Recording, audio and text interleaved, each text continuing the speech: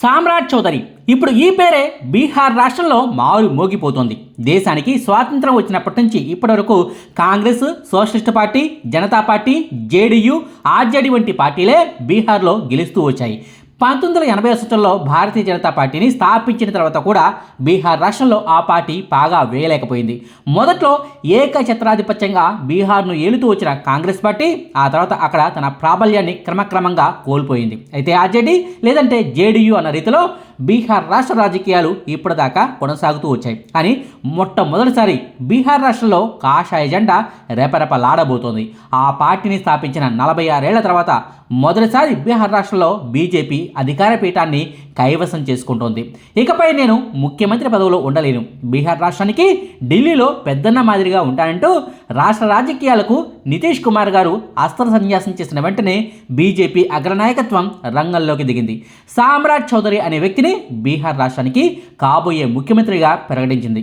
April 15వ తేదీ బుధవారం ఉదయం గవర్నర్ సమక్షంలో సామ్రాట్ చౌదరి గారు ముఖ్యమంత్రిగా కూడా ప్రమాణ స్వీకారం చేశారు. నిజానికి బీజేపీలో ఈయన కంటే సీనియర్ నేతలు చాలామంది ఉన్నారు. అయినా వాళ్ళందరినీ పక్కన పెట్టి మరీ ఏరి మరి ఈయన్నే సీఎంగా సెలెక్ట్ చేయడం వెనక ప్రధాన కారణం ఏంటి? అసలు ఎవరి సామ్రాట్ చౌదరి? ఆర్ఎస్ఎస్ నేపథ్యం లేకపోయినా, హార్డ్ కోర్ బీజేపీ కార్యకర్త కాకపోయినా సరే ఈయన్నే ఎందుకు ముఖ్యమంత్రి పీఠంపై కూర్చోబెట్టారు? నితీష్ కుమార్ గారి కొడుకు ఇకపై బీహార్ ముఖ్యమంత్రి పీఠం దక్కే ఛాన్స్ లేనట్టేనా? బీహార్లో జేడీయూ శకం ఇక ముగిసినట్టేనా అన్న వివరాలను ఈ వీడియోలో క్లియర్గా చెప్పుకుందాం. బీజేపీ హార్డ్ కోర్ అభిమాని అయ్యి ఉండాలి, ఎన్నో ఏళ్లుగా పార్టీనే నమ్ముకుని నిస్వార్థంగా పనిచేస్తూ ఉండాలి, ఆర్ఎస్ఎస్ నేపథ్యం కూడా ఉండి తీరాలి.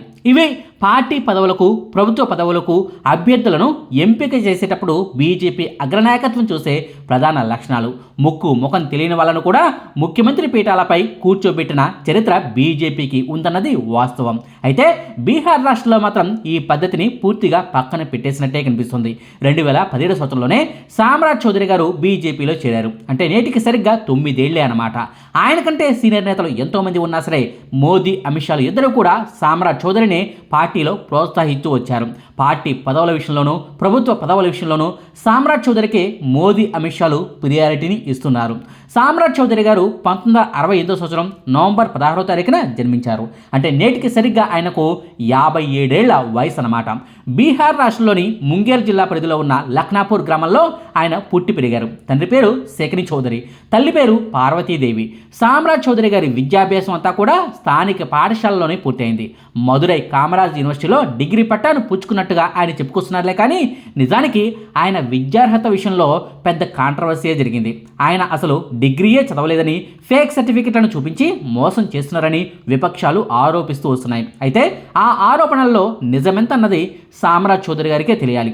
విద్యాభ్యాసం కాంట్రవర్సీ గురించి కాసేపు పక్కన పెడితే బీహార్ రాష్ట్రంలోని కోరే కుస్వాహా కులానికి చెందిన సామ్రాట్ చౌదరికి రాజకీయాలు బాగానే కలిసి వచ్చాయని చెప్పాల్సి ఉంటుంది. రాజకీయాల్లోకి అడుగుపెట్టిన తొలినాళ్లలోనే మమతా కుమారిని వివాహం చేసుకున్న ఆయనకు ఓ కొడుకు, కూతురు కూడా ఉన్నారు. సరిగ్గా 23 ఏళ్ల వయసులోనే స్టూడెంట్ లీడర్గా పాలిటిక్స్లోకి అడుగుపెట్టిన సామ్రాట్ చౌదరి మొదట్లో సమతా పార్టీలో యాక్టివ్గా ఉండేవారు. ఆయన తల్లిదండ్రులు కూడా సమతా పార్టీలో నాయకులుగా ఉండేవారు. 1999 సంవత్సరంలో ఆయన ఆర్జేడీలో చేరారు. లాలూ ప్రసాద్ యాదవ్ గారి పార్టీలో చేరిన తర్వాతే రాజకీయాల్లో ఓనమాలు నేర్చుకోవటం ప్రారంభించారు ఆయన. లాలూ ప్రసాద్ యాదవ్ గారి భార్య రబ్రీదేవి గారు బీహార్లో ప్రభుత్వాన్ని నడిపిన రోజుల్లో వ్యవసాయ శాఖ మంత్రిగా కూడా సామ్రాట్ చౌదరి గారు పనిచేశారు.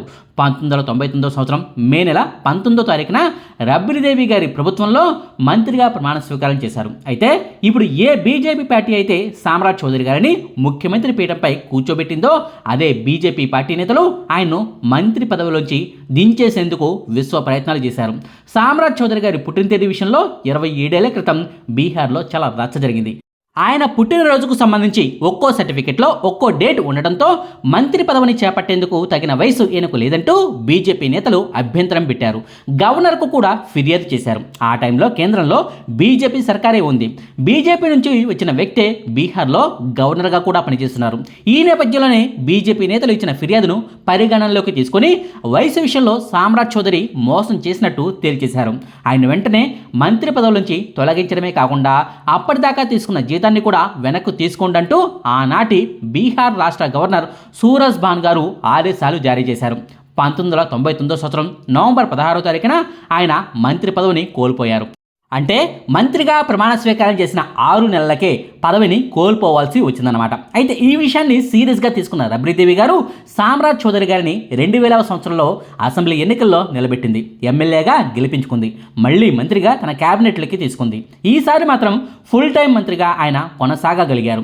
రబ్రీదేవి గారికి నమ్మకమైన వ్యక్తిగా, లాలూ ప్రసాద్ యాదవ్ గారి ప్రధాన అనుచరుడిగా ఆర్జేడీలో మంచి పేరు ప్రఖ్యాతులను సంపాదించుకున్న ఆయన చాలా తక్కువ కాలంలోనే ఆ పార్టీలో అంచెలంచెలుగా ఎదిగారు. 2010వ సంవత్సరంలో బీహార్ అసెంబ్లీలో ఆర్జేడీ తరపున చీఫ్ విప్గా కూడా పనిచేశారు. అయితే ఆ తర్వాత రోజుల్లో లాలూ ప్రసాద్ యాదవ్ గారితో విభేదించారు. 2014 సంవత్సరంలో కొంతమంది నేతలతో కలిసి ఒకేసారి ఆర్జేడీకి గుడ్ బై చెప్పేసి నితీష్ కుమార్ గారి జేడీయూలో చేరారు. నితీష్ కుమార్ గారి ప్రభుత్వంలో కూడా మంత్రిగా పనిచేసిన ఆయన కేవలం 3 ఏళ్లు మాత్రమే జేడీయూలో కొనసాగారు. ఏ కారణం వల్ల విభేదాలు వచ్చాయో తెలియలే కానీ నితీష్ కుమార్ గారి పట్ల తీవ్ర వ్యతిరేకతను పెంచుకున్న సామ్రాట్ చౌదరి గారు 2017 సంవత్సరంలో బీజేపీలో చేరారు. బీజేపీలో చేరిన కొద్ది నెలలకే బీహార్ రాష్ట్ర బీజేపీ వైస్ ప్రెసిడెంట్ పదవిని సామ్రాట్ చౌదరికి ఆ పార్టీ అధినాయకత్వం కట్టబెట్టింది. అంతేకాదు 2020 సంవత్సరంలో జరిగిన బీహార్ అసెంబ్లీ ఎన్నికల్లో స్టార్ క్యాంపెయినర్గా కూడా ఆయన్ను సెలెక్ట్ చేసింది. ఎన్నికల తర్వాత బీజేపీతో కలిసి నితీష్ కుమార్ గారు ప్రభుత్వాన్ని ఏర్పాటు చేస్తే పొత్తులో భాగంగా వచ్చిన మంత్రి పదవిలో 2 ఏళ్ల పాటు కొనసాగారు. ఆ తర్వాత నితీష్ కుమార్ గారు బీజేపీకి గుడ్ బై చెప్పేసి ఆర్జేడీ కాంగ్రెస్లతో కలిసి ప్రభుత్వాన్ని ఏర్పాటు చేయడంతో మంత్రి పదవిని కోల్పోయారు. నితీష్ కుమార్ గారు ఎప్పుడైతే బీజేపీతో పొత్తుకు గుడ్ బై చెప్పారో ఆ మరుసటి క్షణమే బీజేపీ రాష్ట్ర అధ్యక్షుడిగా సామ్రాట్ చౌదరి గారికి అగ్రనాయకత్వం ప్రమోషన్ ఇచ్చింది. అంతేకాదు పార్టీలో ఫుల్లుగా స్వేచ్ఛను కూడా ఇచ్చింది. సీనియర్లు వ్యతిరేకిస్తున్నా సరే, వలస నేత అన్న ముద్ర ఆయనపై ఉన్నా సరే, సామ్రాట్ చౌదరి పనితీరుకు ఫిదా అయిపోయిన మోదీ గారు ఆయనకే పార్టీ పగ్గాలను అప్పగించారు. 2023లో బీహార్ రాష్ట్ర బీజేపీ అధ్యక్షుడి హోదాలో సామ్రాట్ చౌదరి ఓ శపథం అయితే చేశారు. పొత్తుల డ్రామాలతో పదే సీఎం పీఠాన్ని కాపాడుకుంటూ వస్తున్న నితీష్ కుమార్ను ముఖ్యమంత్రి పీఠం నుంచి దించేంత వరకు నేను పెట్టుకున్న ఈ తలపాగాను తీయనంటూ భీష్మ ప్రతిజ్ఞ చేశారు. దాదాపుగా 1 ఏడాది పాటు ఎక్కడికెళ్ళినా కాషాయ రంగు తలపాగాతోనే వెళ్లేవారు. కానీ అనూహ్యంగా 2024 ఎన్నికలకు ముందు నితీష్ కుమార్తో బీజేపీ మళ్లీ పొత్తు పెట్టుకుంది. ఎన్డీఏ కూటమిగా ఏర్పడి ఎన్నికల్లో పోటీ చేసింది. దీంతో తన ప్రతిజ్ఞను పక్కన పెట్టేసిన సామ్రాట్ చౌదరి తెలివిగా ఆ తలపాగాను తీసి అయోధ్యలో శ్రీరాముడికి సమర్పించారు. కూటమికి గౌరవమిస్తూ తన శపథాన్ని వీడుతున్నట్టుగా ప్రకటించారు. అయితే గత ఎన్నికల్లో చెరిసగం అసెంబ్లీ సీట్లలో బీజేపీ జేడీయూ పోటీ చేసినా ఎక్కువ స్థానాల్లో బీజేపీయే గెలిచింది. అయినా సరే పొత్తు ధర్మం మేరకు నితీష్ కుమార్ గారిని సీఎం పీఠంపై కూర్చోబెట్టడం జరిగింది. అయితే పొత్తుల్లో కుదుర్చుకున్న ఒప్పందం మేరకు చివరి 2.5 ఏళ్ల పాటు బీజేపీకి సీఎం పీఠాన్ని నితీష్ కుమార్ గారు ఇవ్వాల్సి వచ్చింది. కట్ చేస్తే ఆయన రాజీనామాతో ఖాళీ అయిపోయిన సీఎం పీఠంపై సామ్రాట్ చౌదరిని ప్రధానమంత్రి మోదీ గారు కూర్చోబెట్టారు. నిజానికి ప్రస్తుత పరిస్థితుల్లో బీహార్లో బీజేపీకి సామ్రాట్ చౌదరి గారు తప్ప వేరే బలమైన క్యాండిడేట్లు లేరు. ఆ విషయంపై అమిత్ షా గారికి ఫుల్ క్లారిటీ ఉండడం వల్లనే 2024 ఎన్నికల సమయంలో కొన్ని కీలక కామెంట్లు చేశారు. మీరు మంచి మెజార్టీతో సామ్రాట్ చౌదరిని గెలిపించండి, పెద్ద పొజిషన్లో సామ్రాట్ చౌదరిని ఉంచే పూచి నాది అంటూ అమిత్ షా గారే ఓ బహిరంగ సభలో హామీ ఇచ్చారు. అధికారంలోకి వచ్చిన వెంటనే నితీష్ కుమార్ గారి సంకీర్ణ ప్రభుత్వంలో హోంమంత్రి పదవిని ఆయనకి ఇవ్వగా తాజాగా ఇప్పుడు సీఎం పదవిలోనే కూర్చోబెట్టి ఇచ్చిన మాటను అమిత్ షా గారు నిలబెట్టుకున్నారు. ఆ సంగతిని పక్కన పెడితే అసలు నితీష్ కుమార్ గారు ఢిల్లీకి ఎందుకు వెళ్ళిపోయారు, బీహార్ రాజకీయాలకు ఆయన దూరమైనట్టేనా అన్న విషయంపై తెగ డిస్కషన్లు నడుస్తున్నాయి. సీఎం పదవికి రాజీనామా చేసి పూర్తిగా ప్రభుత్వం నుంచి వైదొలిగి కేవలం పార్టీ పనులనే చూసుకోవటం అనేది నితీష్ కుమార్ గారికి ఇష్టం లేదు. అలాగని బీజేపీ అభ్యర్థి సీఎంగా ఉన్న ప్రభుత్వంలో మంత్రిగానో ఉప ముఖ్యమంత్రిగానో పనిచేయడం అనేది నితీష్ కుమార్ గారి గౌరవానికి భంగం కలిగినట్టే. దీంతో బాగా ఆలోచించి అసలు రాష్ట్ర రాజకీయాలకి దూరంగా వెళ్ళిపోయి ఢిల్లీ నుంచే రాష్ట్ర రాజకీయాలను డీల్ చేయాలని నితీష్ కుమార్ గారు డిసైడ్ అయిపోయారు. ఆయన వయసుకు కూడా తక్కువేమీ కాదు కాబట్టి ఇకపై యాక్టివ్గా రాజకీయాల్లో ఉండలేనని ఫిక్స్ అయిపోయిన ఆయన తన కొడుకును రంగంలోకి దించారు. ఇన్నాళ్ళు రాజకీయాలకు దూరంగా ఉంచిన తన కొడుకు నిశాంత్ కుమార్ను పార్టీలోకి చేర్చుకున్నారు. 2026 సంవత్సరం మార్చి నెలలోనే, అంటే సరిగ్గా నెల రోజుల క్రితమే జేడీయూలో చేరిన నిశాంత్ కుమార్కు ప్రస్తుతం అయితే పార్టీలో కీలక పదవులేమీ ఇవ్వలేదు. బీజేపీ నుంచి ఉప ముఖ్యమంత్రి పదవిని ఇస్తామంటూ ఆఫర్ వచ్చినా సరే నితీష్ కుమార్ గారి కొడుకు నిశాంత్ కుమార్ ఆ ఆఫర్ను రిజెక్ట్ చేశారు. రాజకీయాల్లోకి వచ్చిన నెల రోజులకే పదవులను స్వీకరిస్తే పార్టీపై తనపై ప్రజల్లో నమ్మకం పోతుందన్నది ఆయన భావన. అందుకే పార్టీ పదవుల విషయంలోనూ ప్రభుత్వ పదవుల విషయంలోనే నిశాంత్ కుమార్ ఆచితూచి అడుగులు వేస్తున్నారు. అయితే ఒక్కటి మాత్రం నిజం, బీహార్లో ఒకప్పుడు నితీష్ కుమార్, లాలూ ప్రసాద్ యాదవ్ గారి మధ్య ఎన్నికల వాతావరణం హాట్గా ఉండేది. ఇక నుంచి మాత్రం బీహార్లో బీజేపీ వర్సెస్ ఆర్జేడీ అన్న రీతిలోనే ఎన్నికలు జరిగే ఛాన్సులు కనిపిస్తున్నాయి.